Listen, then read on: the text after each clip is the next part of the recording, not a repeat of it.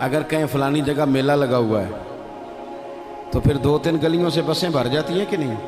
میں اکثر کہتا ہوں کہ آپ نے شگل میلہ بنا لیا ہے مزارات کو، شگل میلہ، سارے رستے میں نماز نہیں پڑھی، کیا مزاج، وقت کو ضائع کر رہے ہیں اور بڑا زیادہ کر رہے ہیں، اور یہ پلٹ کر ہاتھ نہیں آئے گا۔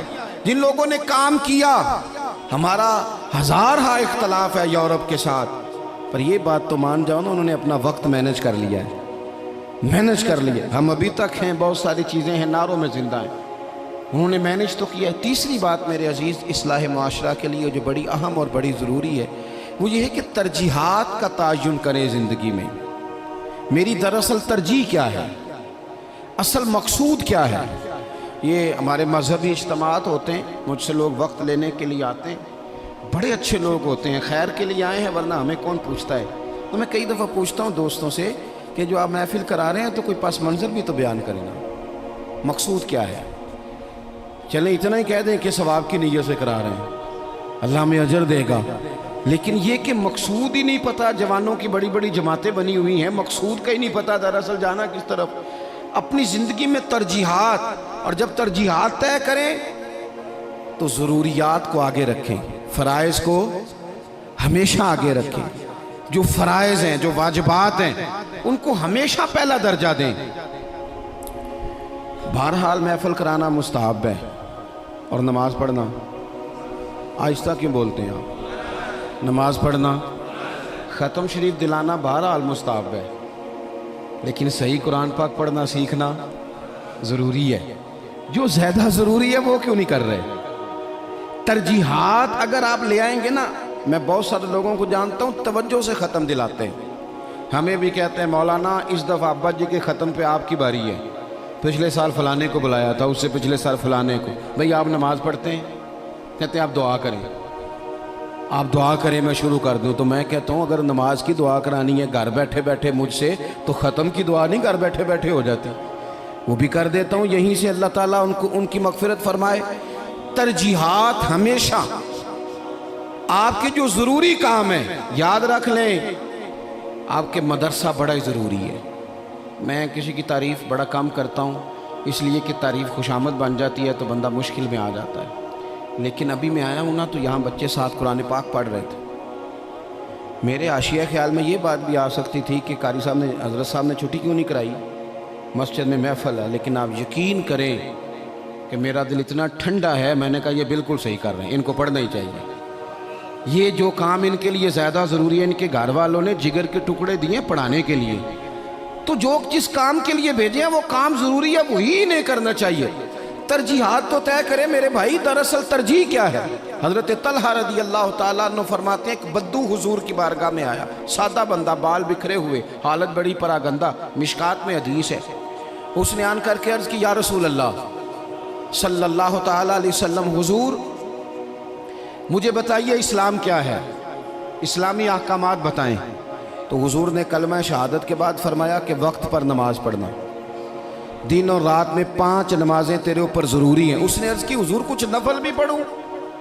تو فرمایا اگر تو اپنی طرف سے پڑھے تو بڑا ہی اچھا ہے۔ اس نے کہا اس کے بعد فرمایا سال میں 1 مہینے کے روزے رکھنا۔ عرض کی حضور کچھ نفلی بھی رکھوں؟ فرمایا رکھے تو بڑا بہتر ہے۔ پھر فرمایا حج فرض ہو جائے تو پہلی فرصت میں کرنا، حضور کچھ ساتھ نفلی بھی کروں؟ فرمایا کرے تو اچھا ہے۔ پھر فرمایا زکوٰۃ دے، زکوٰۃ۔ اس نے عرض کی یا رسول اللہ صلی اللہ تعالیٰ علیہ وسلم کچھ نفلی صدقات بھی کروں؟ فرمایا کرے تو بڑا اچھا ہے۔ اس نے یہ باتیں سن کے نہ صرف فرائض کی تعلیم دی، فرائض کی۔ آج جو خطیب مجھے اور آپ کو نکتے سنائے ہم توجہ سے سنتے ہیں، اور اگر فجر میں امام صاحب وضو کے مسئلے بتائیں تو کہتے ہیں ایڈا عالم ہی نہیں، عالم تھے اسی جن نے کل بڑی اچھی تقریر کی تھی۔ اگر وہ آپ کو غسل کا طریقہ بتائیں تو لوگ کہتے ہیں یہ تو علم کی شاید بات ہی نہیں۔ وہ نقطہ بیان کرنے والا، وہ جس کی آواز زیادہ بلند ہو رہی تھی۔ آواز بلند ہونا زیادہ ضروری نہیں ہوتا، دلائل بلند ہونا ضروری ہوتا ہے۔ آپ کی دلیل کتنی مضبوط ہے یہ زیادہ اہم ہے۔ تو اللہ کے محبوب علیہ السلام نے فرمایا فرض نماز پڑھ، زکوٰۃ دے، رمضان کے روزے رکھ، حج کر۔ حضور سید عالم صلی اللہ تعالیٰ علیہ وسلم نے یہ ترجیحات بتائیں۔ وہ شخص پتہ ہے حضور سے کیا کہتا ہے؟ کہتا ہے یا رسول اللہ جو میں نے آپ سے سنا ہے نہ کمی کروں گا نہ اضافہ کروں گا۔ گویا وہ مان گیا کہ میں ترجیح دوں گا فرائض کو. تو رسول پاک صلی اللہ علیہ وسلم نے فرمایا صحابہ کی طرف دیکھ کے فرمایا اگر یہ جو کہہ رہا ہے اس پہ ڈٹا رہا, جو اس نے کہا ہے اگر وہ سچ کیا اس نے, تو فرمایا پھر یہ بندہ کامیاب ہو جائے گا, پھر یہ فلاح پا جائے.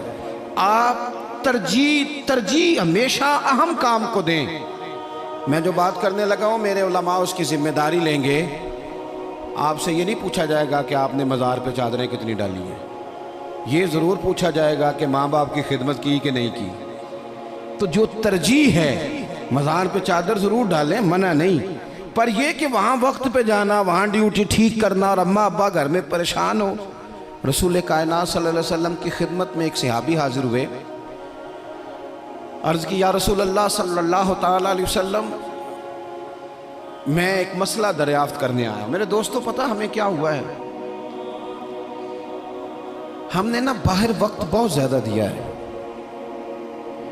اور جو ہمارے گھر کے اندر ہماری ذمہ داریاں تھیں نا, ہمارے بچے, ہماری بیوی, ہمارے بہن بھائی, ان ذمہ داریوں سے نا ہم نے جان چھڑائی ہے. الا ماشاءاللہ کچھ لوگوں نے بچے کو چارج کیا, بچہ تنگ کر رہا ہے, لگا دو گیم موبائل پہ, چلو ہماری جان چھوٹی, وہ جانے اس کا کام جانے.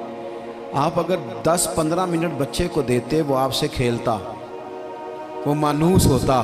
آپ کہتے میں بڑا مصروف ہوں, اور بھائی تو اتنا مصروف تو نہیں جتنے مدینے والے محبوب مصروف ہیں. لیکن رسول پاک کے تو کندھوں پہ امام حسن چڑھ کے سواری کیا کرتے تھے, حضور کی تو گود میں امام حسین کھیلا کرتے تھے. حضرت ابو ہریرہ کہتے ہیں میں نے دیکھا ہے کہ حضور نے ان کے بازو تھامے, انہوں نے پیر پہلے حضور کے مقدس قدموں پہ رکھے, پھر انہوں نے اپنے قدم مبارک حضور کی مبارک پنڈلیوں پہ رکھے, پھر ٹخنوں پہ رکھے, پھر پیٹ پہ رکھے, پھر حضور کی زبان چوسنی شروع کر دی. تو کیوں وقت نہیں دے رہا اپنے بچوں کو؟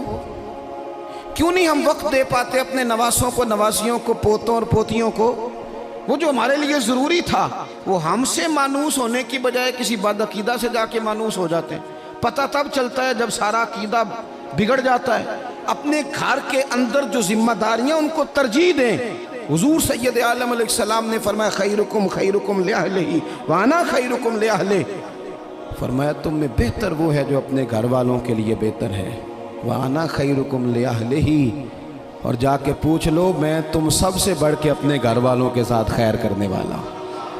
ترجیح دیں. ایک صحابی آئے, عرض کرتے ہیں یا رسول اللہ صلی اللہ علیہ وسلم میری بیوی پہ حج فرض ہے, وہ حج کرنے جا رہی ہے, یہ سیاستہ میں حدیث موجود ہے, اور میرا نام ایک غزوے میں لکھ دیا گیا ہے, میں جہاد کے لیے جا رہا ہوں, نام میں نے لکھوا لیا ہے, حکم میرے لیے کیا ہے؟ میری باتوں کی سمجھ آ رہی ہے آپ حضرات کو؟ میری بیوی حج کے لیے جا رہی ہے, وہ صاحب استطاعت ہوگی, ظاہر ہے اس کے پاس مال ہوگا, وہ جا رہی ہے, اس کو جانا ہے, وہ تیار ہے, اور میرا نام غزوے میں لکھا ہے, تو حکم کیا ہے؟ دیر نہیں لگائی رسول پاک نے, حضور فرمانے لگے تو اپنا نام غزوے والی لسٹ سے کٹا, جہاد پہ نہ جا بلکہ تم محرم بن کر اپنی بیوی کے ساتھ حج کرنے جا. وہ تیری ذمہ داری ہے, وہ تیرے علاوہ کون محرم بنے گا اس کا؟ تو جو تیری ڈیوٹی کا کام ہے اسے تو کرنا, ترجیحی بنیادوں پر کام کو کریں. 4 باتیں ہو گئیں, ایک بات آخر میں 5ویں. ہم نا بہت ساری چیزوں کی اصلاح کرتے ہیں, لفظ بھی کئی دفعہ تراش لیتے ہیں, جملے بھی بڑے اچھے ترتیب دے لیتے ہیں, لیکن آہستہ آہستہ نا ہمارے لہجے سخت ہو گئے. ساری توجہ لفظوں پہ نہ دیں, کچھ لہجوں پر بھی دیں. لہجہ جو ہوتا ہے نا انسان کا, لہجہ یعنی بیٹے کو آواز دی, ابا جی نے کہا بیٹا, اس نے کہا جی ابا جی کیا مسئلہ, حکم کریں, ابھی تو میں گیا تھا. اس میں جملہ گستاخی والا کوئی بھی نہیں, پر لہجہ گستاخی والا ہے. ابا جی کیا حکم ہے, کوئی گستاخی ہے اس لفظ میں؟ ابھی تو میں یہاں سے گیا ہوں, کوئی گستاخی ہے؟ لیکن اس کا جو لہجہ ہے نا, چلیں میں آسان کرتا ہوں, آپ کی سمجھ میں بات آئے گی. قرآن پاک میں حضرت لقمان اپنے صاحبزادے سے باتیں کرتے ہیں, اور وہ سورہ لقمان کی بالکل ابتدا میں وہ آیات موجود ہیں. تو حضرت لقمان نے نا اپنے بیٹے کو جو نصیحتیں کی, ایک نصیحت یہ بھی کی تھی, کہا وَلَا تُصَغِّرْ خَدَّكَ لِلنَّاسِ, بیٹا لوگوں سے رخسار ٹیڑھا کر کے بات نہ کرنا, منہ ٹیڑھا کر کے ترش روئی کے ساتھ بات نہ کرنا. ترش روئی